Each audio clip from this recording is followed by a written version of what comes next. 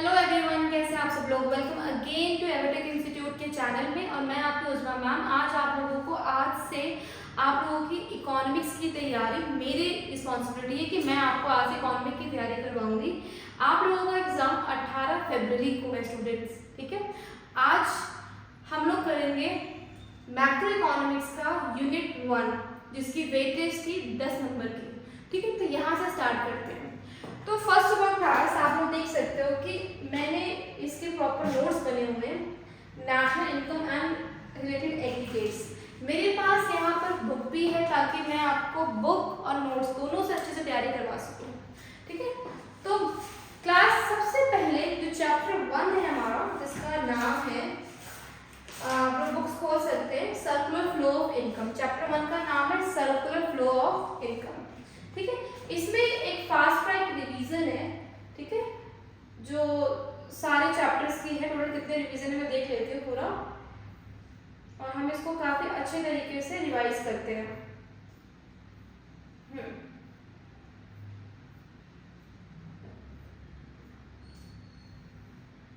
ये हाँ जी क्लास। तो पहले मैं यूनिट 1 में 4 चैप्टर है, इन चारों चैप्टर के हम एक फास्ट ट्रैक रिवीजन देख लेते हैं, ठीक है, ताकि आप लोगों को कॉन्सेप्ट की क्लैरिटी हो सके। तो फर्स्ट ऑफ ऑल क्लास, सबसे पहले बोला हुआ है कि मैक्रो इकोनॉमिक्स क्या होता है। ओके, जो पहला टॉपिक है मैक्रो इकोनॉमिक्स का। पहला टॉपिक अगर आप बुक का खोलोगे तो मैक्रो इकोनॉमिक्स और माइक्रो इकोनॉमिक्स के बीच का डिफरेंस है, ठीक है। अगर आपने चैप्टर 1 खोला है सर्कुलर फ्लो ऑफ इनकम, तो पहला टॉपिक आपको देखने को जरूर मिलेगा, क्या है, flow of macro economics and micro economics के बीच का डिफरेंस। मैक्रो इकोनॉमिक्स क्या है? It is the study of aggregate related to the whole economy. यहाँ पर एक पॉइंट ध्यान रखना, किसकी बात हो रही है? होल इकोनॉमी की बात हो रही है। एक मिनट, किसकी बात हो रही है? होल इकोनॉमी की। Such as income and employment, aggregate demand, aggregate supply और गवर्नमेंट। सबसे पहले क्लास आपको ध्यान रखना है कि मैक्रो इकोनॉमिक और माइक्रो इकोनॉमिक में डिफरेंस क्या है। मैक्रो मतलब कि हम किसी एक बंदे की बात कर रहे हैं, ठीक है, इंडिविजुअल डिमांड एंड सप्लाई की बात होगी। इसमें इंडिविजुअल डिमांड एंड सप्लाई की बात होगी, ओके। और मैक्रो इकोनॉमिक्स में हम बात करेंगे किसका? एग्रीगेट, पूरी कंट्री में जितने भी लोग हैं उन सब की डिमांड और उसकी सप्लाई को हम क्या कहेंगे? Macro economics. जैसे मेरी खुद की डिमांड है तो वो हुआ माइक्रो, और इस कंट्री में जितनी भी पॉपुलेशन है उन सभी की डिमांड को मिलाकर क्या कह देंगे? Macro economics. तो माइक्रो में एक इंडिविजुअल की बात होती है और मैक्रो में पूरी कंट्री में जितनी भी पॉपुलेशन है उनकी बात होगी, ओके। नेक्स्ट टॉपिक है हमारा सर्कुलर फ्लो ऑफ इनकम। क्या है? Circular flow of income. The flow of income across different sector of the economy by firms and household is called circular flow of income. It is also known as unending flow of income and expenditure in an economy. देखो class, firms और household के बीच में होने वाला flow of income, जैसे यहाँ पर है फर्म्स, यहाँ पर है हाउसहोल्ड। फर्म सामान बेच के किसको देता है? हाउसहोल्ड को देता है, ठीक है। हाउसहोल्ड उसको क्या करता है? खरीदता है। फिर वही सारी चीजें घूम फिर कर हाउसहोल्ड से कहाँ जाती है? फर्म के पास आ जाती है। तो फर्म से हाउसहोल्ड के बीच के ही फ्लो को क्या कहते हैं? सर्कुलर फ्लो ऑफ इनकम कहते हैं। इसको और अच्छे से समझाने के लिए हमारे पास फ्रेजेस लिखते हैं, समझाती हूँ मैं इसको अच्छी तरीके से। हाँ, ये रहा, हाँ जी, ये देखना था। Circular flow of income in two sector. Two sector कौन है? फर्म्स एंड हाउसहोल्ड के बीच का फ्लो ऑफ इनकम, ओके। हाँ जी, देखो इस डायग्राम को देखो, ये फर्म है और ये है हाउसहोल्ड, ठीक है। फर्म ने अपनी गुड्स और सर्विसेज किसको दिया? हाउसहोल्ड को बनाकर दिया, और हाउसहोल्ड ने अपनी क्या दी? फैक्टर सर्विस दिया, ओके। फिर फर्म ने उस सर्विस बदले में क्या दिया? पेमेंट दिया, ओके। और उसी पेमेंट को खर्चा मानकर फर्म के पास पैसा वापस आ गया। मतलब कि कंफ्यूजन आप लोगों को हो होगी। इसको समझाने के लिए हमारे पास, चलो मैं ये ना एक यहाँ समझते हैं, आ जाओ, हम एक अच्छा खासा व्हाइट बोर्ड ओपन करते हैं, देन आपको चीजों में क्लैरिटी और अच्छे समझ में आएगी।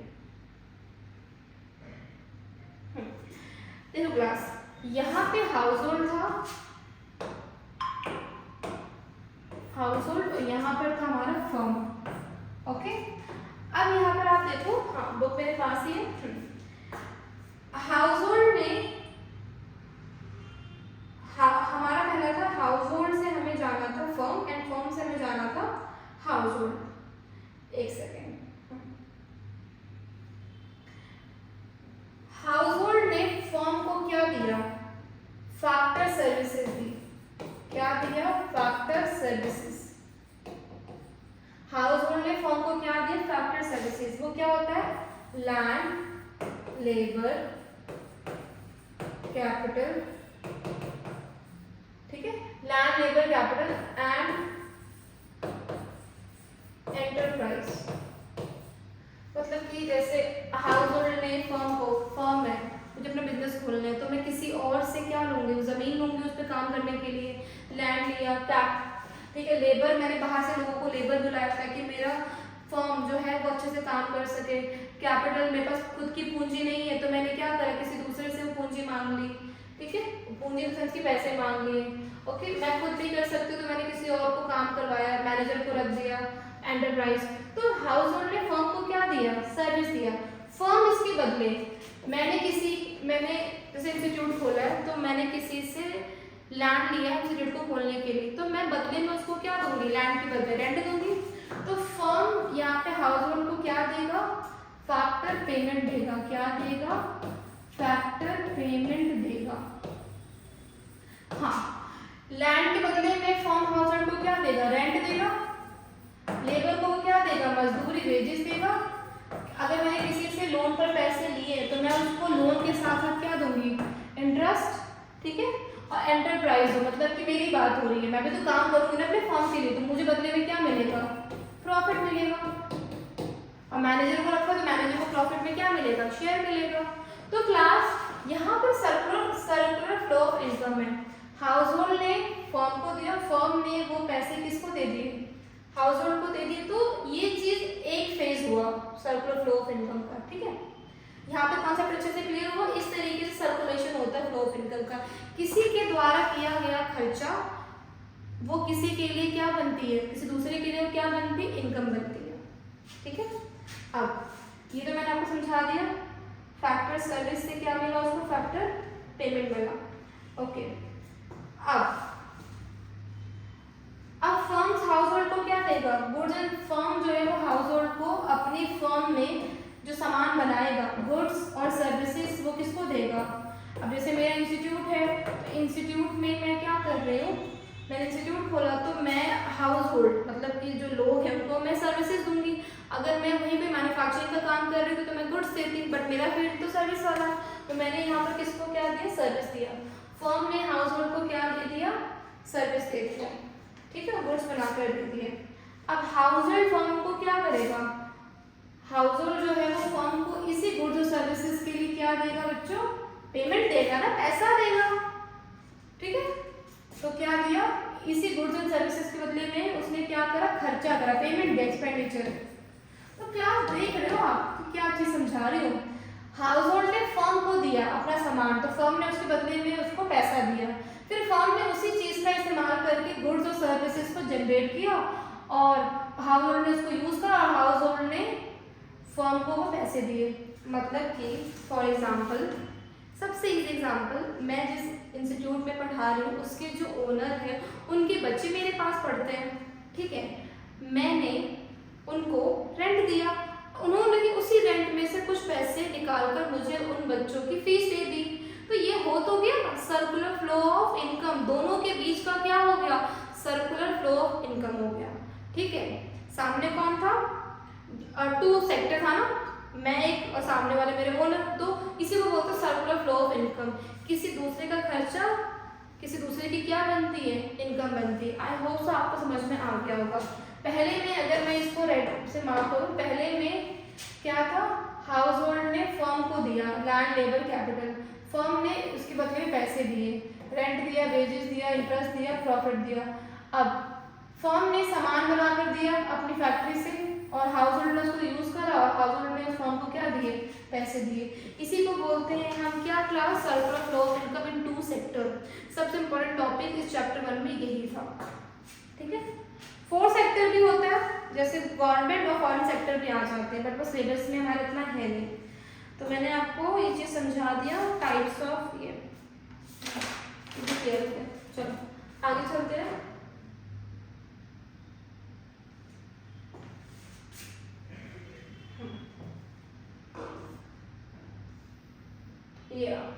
सर्कुलर फ्लो ऑफ इनकम के 3 फेजेस होते हैं।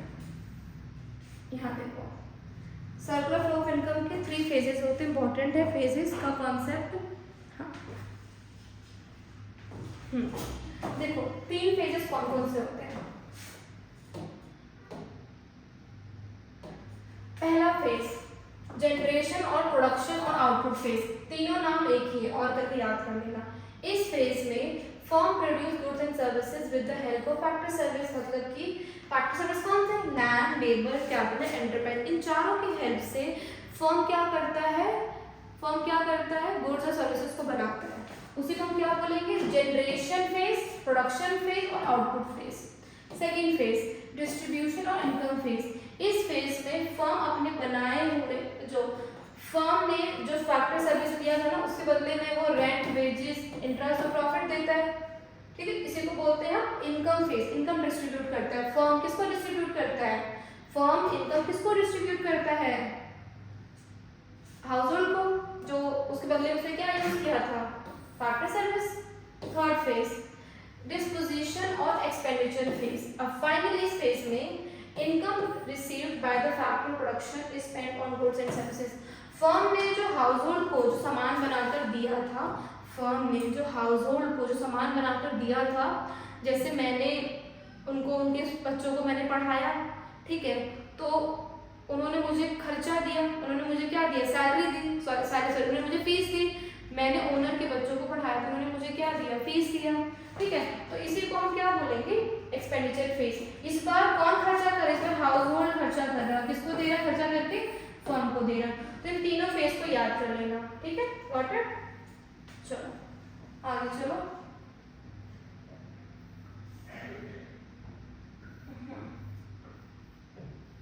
तो 3 फेज थे, जनरेशन, प्रोडक्शन और आउटपुट फेज, डिस्ट्रीब्यूशन इनकम और डिस्पोजिशन एक्सपेंडिचर। हाँ जी, अब है types of circular flow of income. देखो 2 टाइप के सर्कुलर फ्लो ऑफ इनकम होते हैं, एक रियल फ्लो और एक होता है मनी फ्लो।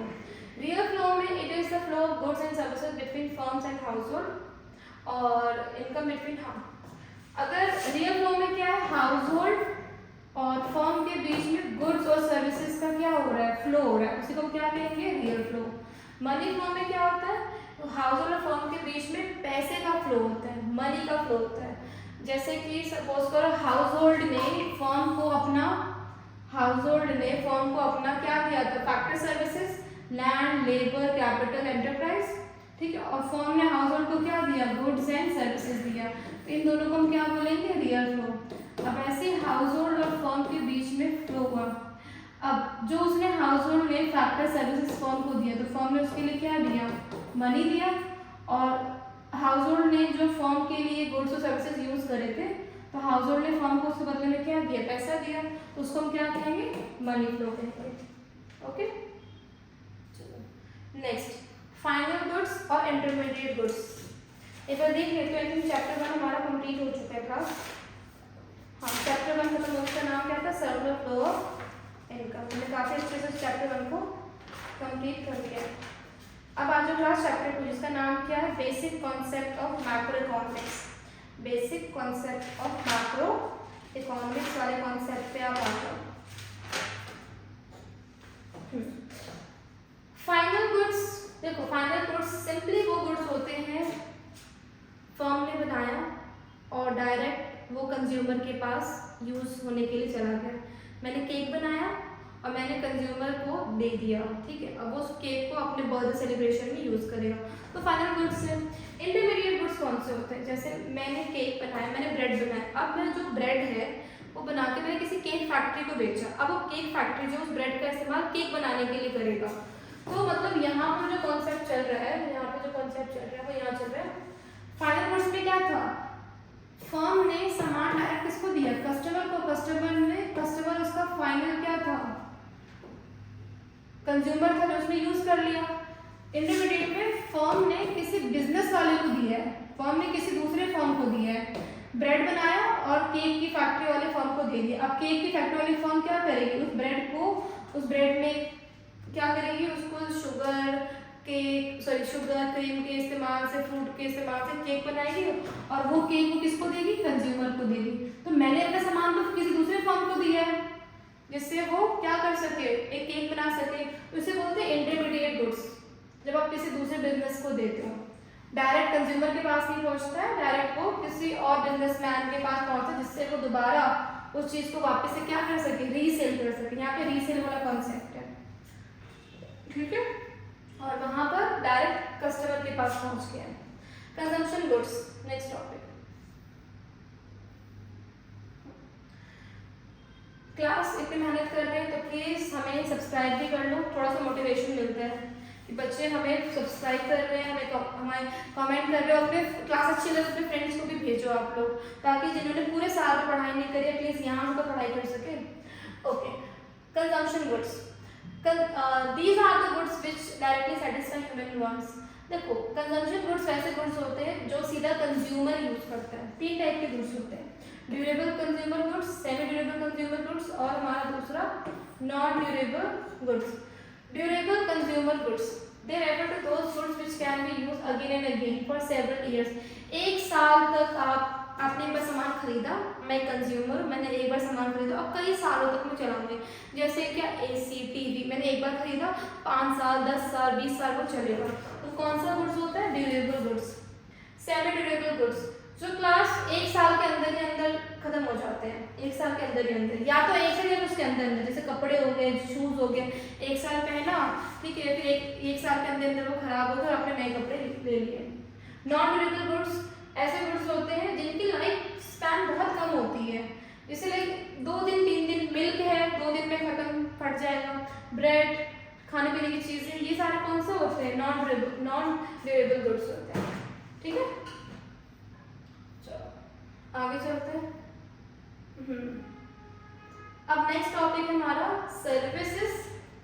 सर्विसेज तो आपको पता है, इसमें आप अपने नॉलेज की हेल्प से पैसा कमाते हो। सर्विस, जैसे मैं एज अ टीचर हूँ तो मैं आपको अपनी सर्विस दे रही हूँ, अपने नॉलेज की हेल्प से मैं आपको सर्विस दे रही हूँ, तो इसी को हम सर्विस कहते हैं। अपने नॉलेज की हेल्प से क्या करना, किसी दूसरे इंसान की हेल्प करना, तो उसी को हम सर्विसेज कहते हैं, ठीक है। जो सीधा सामने वाले बंदे के वांट्स को क्या कर सके, सेटिस्फाई कर सके। ओके, अब है कैपिटल गुड्स, ठीक है। कैपिटल गुड्स क्या होता है, ऐसे गुड्स होते हैं जिनको आपने एक बार में क्या कर लिया, खरीद लिया और कई सालों तक वो चलेंगे। टीवी, फ्रिज, एसी, ये सारे कौन से गुड्स होते हैं, कैपिटल गुड्स होते हैं, ठीक है। दूसरा है हमारा transfer incomes. It refer to income received without rendering any productive services in such, for example charity। Transfer income मतलब कि आपने इनकम किसी को ट्रांसफर करा और बदले में आपको कुछ नहीं मिलेगा, जैसे चैरिटी नहीं करते लोग, मैंने अपनी इनकम चैरिटी कर दी, मुझे सामने वाले से कोई उम्मीद नहीं कि मुझे आगे चलकर मुझे पैसा मैंने इन्वेस्ट करा है वो मुझे मिलेगा या फिर नहीं मिलेगा। हम कोई पैसा खर्च करते, जैसे मैंने कपड़े खरीद लिए तो मुझे पता है जो मैंने कपड़ा खरीदा है वो मेरा साल भर तो चलेगा, तो मुझे उस कपड़े, जो मैंने उस कपड़े को खरीदा है उसकी फुल्ली वैल्यू मैंने क्या कर लिया, यूज़ कर लिया, ठीक है। मैंने पेन खरीदा, मुझे पता है पेन 1 महीने तक चलेगा, तो मैंने 1 महीने तक इसकी पूरी वैल्यू क्या कर ली, यूज़ कर ली। बट ट्रांसफर इनकम में क्या होता है, आप किसी भी खर्चा करते हो बट आप बदले में आपको कुछ नहीं मिलेगा, ठीक है। जैसे चैरिटी हो गया तो वो हमारे ट्रांसफर इनकम्स में आ गए, आपको बदले में कोई रिटर्न नहीं मिलेगा। ओके, नेक्स्ट स्टॉक वेरिएबल और फ्लो वेरिएबल। हाँ, स्टॉक वेरिएबल और फ्लो। स्टॉक वेरिएबल होता है जैसे घर में राशन आता है ना क्लास, घर में पूरे महीने भर का राशन आप ले आते हो तो हो गया स्टॉक। अब धीरे धीरे उसी राशन को आप हर दिन निकालते हो और उसे आप खाने में यूज करते हो, तो वो क्या हो गया, फ्लो वेरिएबल हो गया, ठीक। तो स्टॉक, यहाँ पर क्या एग्जाम्पल है, यहाँ पर ये है कि 1 अप्रैल को या 31 मार्च को इतने बच्चे पैदा हुए, या 31 मार्च को पूरे साल भर की नेशनल इनकम इतनी है, वो स्टॉक कॉन्सेप्ट हो गया। फ्लो कॉन्सेप्ट ये हो गया कि हर दिन लोग कितना कमा रहे हैं। इसका अच्छा एग्जाम्पल मैं दे सकती हूँ, जैसे लाइक मेरे बैंक में आज की डेट पर फॉर एग्जाम्पल बोल देते 2 लाख रुपए हैं, ठीक है। तो ये 2 लाख रुपए आज की डेट पर क्या हो गया, ये हो गया मेरा कौन सा कॉन्सेप्ट, स्टॉक कॉन्सेप्ट, ठीक है। फ्लो, मैं हर दिन जो कमा रही हूँ और धीरे धीरे क्या कर रही हूँ, इकट्ठा कर, डेली जो मैं अर्निंग कर रही हूँ डेली, वो क्या हो गया, फ्लो हो गया। आज मैंने 200 कमाए तो कल मैंने 400 कमाए, तो मेरा फ्लो, इसको फ्लो कहेंगे हम, ओके। डेप्रिसिएशन होता है जब आप कोई गुड्स खरीदते हो, जैसे आपने अभी शोरूम से 10,000 का फोन खरीदा, ठीक है, और 1 घंटे बाद आप उस फोन को बेचने जा रहे हो, तो क्या 10,000 का फोन आपको 10,000 में पैसे वापस मिल जाएंगे? नहीं, वो तो 9,500 का होगा या फिर 9,000 उसकी वैल्यू होगी। क्यों? क्योंकि खरीदने के बाद 1 घंटे का उस पर क्या लग गया, डेप्रिसिएशन लग गया। तो जो भी हम कैपिटल गुड्स खरीदते हैं उस पर क्या लगता है, डेप्रिसिएशन लगता है, तो उसकी वैल्यू क्या होती रहती है, कम होती रहती है। सेम वैल्यू पे वो चीज़ आप वापस रिटर्न नहीं कर सकते हो, उसको कहते हैं हम डेप्रिसिएशन, ओके। फिक्स एसेट पर उसकी वैल्यू का कम होना। इन्वेस्टमेंट आपको पता है, इन्वेस्टमेंट जो होता है लैंड एंड बिल्डिंग हो गया, आपने एक बार पैसा खर्च करा, ठीक है, और उससे हर साल आपको रिटर्न मिलता रहता है। जैसे लैंड हो गया, लैंड में आपने 1 करोड़ का जमीन खरीद लिया, अब हर साल उसकी वैल्यू बढ़ती रहेगी, तो आपका वो क्या कहलाया जाएगा, इन्वेस्टमेंट कहलाया जाएगा, ओके। 2 टाइप के इन्वेस्टमेंट होते हैं, ग्रॉस इन्वेस्टमेंट और हमारा होता है net investment. Gross investment the total addition made to the capital stock of economy in given period is termed as gross investment. देखो, ग्रॉस इन्वेस्टमेंट मतलब होता है कि मैंने मशीन खरीदी, इन्वेस्टमेंट करा, ये सोचकर कि इस मशीन से मुझे काफ़ी ज़्यादा मेरे फैक्ट्री में काम आएगा, बट मैंने इस मशीन में डेप्रिसिएशन माइनस नहीं करा है। फॉर एग्जाम्पल, जैसे मैं आज एक मशीन लेकर आई, इस कॉन्सेप्ट को ढंग से समझना आप लोग। हाँ देखो, मैं एक मशीन लेकर आई, मेरी एक फैक्ट्री है, ठीक है, जीन्स बनाने की, जीन्स जो होते हैं डेनिम जीन्स, उसको बनाने की एक फैक्ट्री है। मैं एक मशीन लेकर आई, ठीक है, आज मशीन लेकर आई, ओके, और 1-2 घंटे में उस पर क्या लगे, डेप्रिसिएशन। बट ग्रॉस इन्वेस्टमेंट निकालते समय मैं डेप्रिसिएशन को इग्नोर नहीं करूंगी, मैं उसको इसमें प्लस करूंगी। नेट में मुझे मशीन का निकालना है नेट इन्वेस्टमेंट के, भैया उसमें मैं डेप्रिसिएशन क्या कर दूंगी, माइनस कर दूंगी। मतलब जो मशीन मैंने 1 लाख की खरीदी है उस पर अभी मैंने कोई भी डेप्रिसिएशन चार्ज नहीं करा है, तो वो क्या होगी, ग्रॉस इन्वेस्टमेंट। अब उस मशीन को 1 दिन हो गया, तो अब उसकी वैल्यू हो गई है 90,000 उसकी वैल्यू होगी, कितनी होगी है 90,000। 1 दिन में उसका सपोज करो 10,000 कम हो गया, तो 90,000 क्या हो गया, उसका नेट इन्वेस्टमेंट हो गया, मतलब कि उस पर क्या लग गया है, डेप्रिसिएशन लग चुका है। समझ में आ गया? ग्रॉस और नेट इन्वेस्टमेंट में क्या फर्क होता है? ग्रॉस और नेट में हम क्या देखते हैं, डेप्रिसिएशन को देखते हैं। क्या देखते हैं, डेप्रिसिएशन को देखते हैं, ओके। चलो next, normal resident of a country, normal resident of a country. अब हम रेजिडेंट का टॉपिक अच्छे से पढ़ते हैं कि रेजिडेंट में इन्होंने क्या बोला। रेजिडेंट मतलब कि नागरिक जो एक देश में रहते हैं वो रेजिडेंट कहलाए जाते हैं। तो class, a normal resident is defined as a person or an institution who ordinary reside in the country. मतलब रेजिडेंट वो होता है जो एक कंट्री के अंदर रहता है और उसको उस कंट्री की नागरिकता, सिटीजनशिप मिली हुई होती है, जैसे कि आधार कार्ड, पैन कार्ड, कोई भी ऐसा डॉक्यूमेंट प्रूव होना चाहिए कि आप इस कंट्री में बर्थ पे हो, ठीक है, तो उसी को हम रेजिडेंट कहते हैं, ठीक है। Officially they are the national such as Indians, जैसे इंडियंस इंडिया में रह रहे हैं, ठीक है। Nationals of country living temporarily abroad for less than 1 year, but the center of economic interest lies in the country of which they are the nationals. Foreign living in a country for more than 1 year. मतलब कि जैसे कि मैं देखो resident, हम लोग एक resident है, हमारा यहाँ पर, हम यहाँ पे पैदा हुए हैं, ठीक है, और हमारा यहाँ पे Aadhaar card, PAN card, voter ID card सब बना हुआ, तो मैं एक रेजिडेंट हूँ। मैं 3-4 महीनों के लिए बाहर यूरोप चली गई किसी भी काम से, तो अगर मैं 1 साल के अंदर लगभग 7, 8, 9 ये पूरा 10 महीने में बाहर रहती हूँ, तब भी मेरी रेजिडेंट कहाँ कहलाई जाएगी, इंडिया की ही कहलाई जाएगी। वहीं मैं 2-3 सालों के लिए मैं बाहर रहती हूँ, ठीक है, तो उसे हम NRI कहते हैं, ठीक है, क्या कहते हैं, नॉन रेजिडेंट ऑफ इंडिया, तो उसे हम NRI कहते हैं। वो भी ठीक है, तो ये आपको समझ में आ गया रेजिडेंट्स वो होते हैं। अब कौन कौन रेजिडेंट नहीं कहलाए जाते हैं, ऐसे कौन कौन से पर्सन है जो रेजिडेंट में काउंट नहीं आते हैं। पहला, foreign staff of embassies and council and members of foreign arms. बाहर के जो फॉरेन स्टाफ है, मतलब जैसे इंडिया में एम्बेसीज खुली हुई हैं, इंडिया में एमएनसीज खुली हुई है, तो बाहर के फॉरेन के लोग हमारे इंडिया में आके काम कर रहे हैं, तो वो इंडिया के रेजिडेंट नहीं है क्लास, वो अपनी कंट्री के रेजिडेंट माने जाएंगे। ठीक है, फॉरेन विजिटर जो आते नहीं इंडिया में घूमने फिरने के लिए आते हैं, लाल किला ताजमहल देखने के लिए, तो वो भी इंडिया के रेजिडेंट नहीं माने जाएंगे। ओके, हाँ, इंटरनेशनल ऑर्गेनाइजेशन जैसे वर्ल्ड बैंक, WHO, IMF, ये भी रेजिडेंट में नहीं काउंट होते। क्रू मेंबर, इंडिया में एक जहाज जैसे नहीं होता, एयरलाइंस होती हैं, तो बाहर के फॉरेन लोग भी इंडिया में एयरलाइंस में यहाँ पर आते, 2-3 घंटे यहाँ पे स्टे करते हैं। क्रू मेंबर जो होते हैं, एयर हॉस्टेस वगैरह, 2-3 दिन यहाँ स्टे करते हैं और फिर वापस चले जाते हैं, तो वो भी रेजिडेंट में काउंट नहीं आएंगे। ठीक है, समझ में आ गया इसको, क्लियर है कॉन्सेप्ट। अभी हम चैप्टर 2 तक पहुंचे हैं। हाँ, अब आ जाओ NFI, net factor income from abroad. देखो NFI, अब्रॉड से हम कितना पैसा जनरेट कर रहे हैं, मतलब हमारे कुछ ऐसे लोग हैं जो अब्रॉड में रह रहे हैं और वहाँ से इनकम जनरेट करके इंडिया में भेज रहे हैं, तो वो हो गया हमारे पास net factor income from abroad. It is the difference between, हाँ, NFI कैसे निकलता है, फैक्टर इनकम फ्रॉम अब्रॉड और फैक्टर इनकम टू अब्रॉड। वहाँ अब्रॉड से कितना पैसा आया, वो अब्रॉड को हमने कितना पैसा दिया है। ठीक है, जैसे यहाँ पे एम्बेसीज है बाहर कंट्रीज के, तो वो सारा पैसा बाहर की तरफ जा रहा है, हमारी बाहर में एम्बेसीज है, वो सारा पैसा हमारे पास आ रहा है, तो हमने कितना दिया और बाहर कंट्री से कितना आया, उसके बीच का डिफरेंस भी क्या कहलाया जाता है, NFIA कहलाया जाता है। गॉट इट, चीज क्लियर होगी। ठीक है, ये फॉर्मूला याद रखना NFI वाला जो मैंने बताया, ये अभी यूज होगा।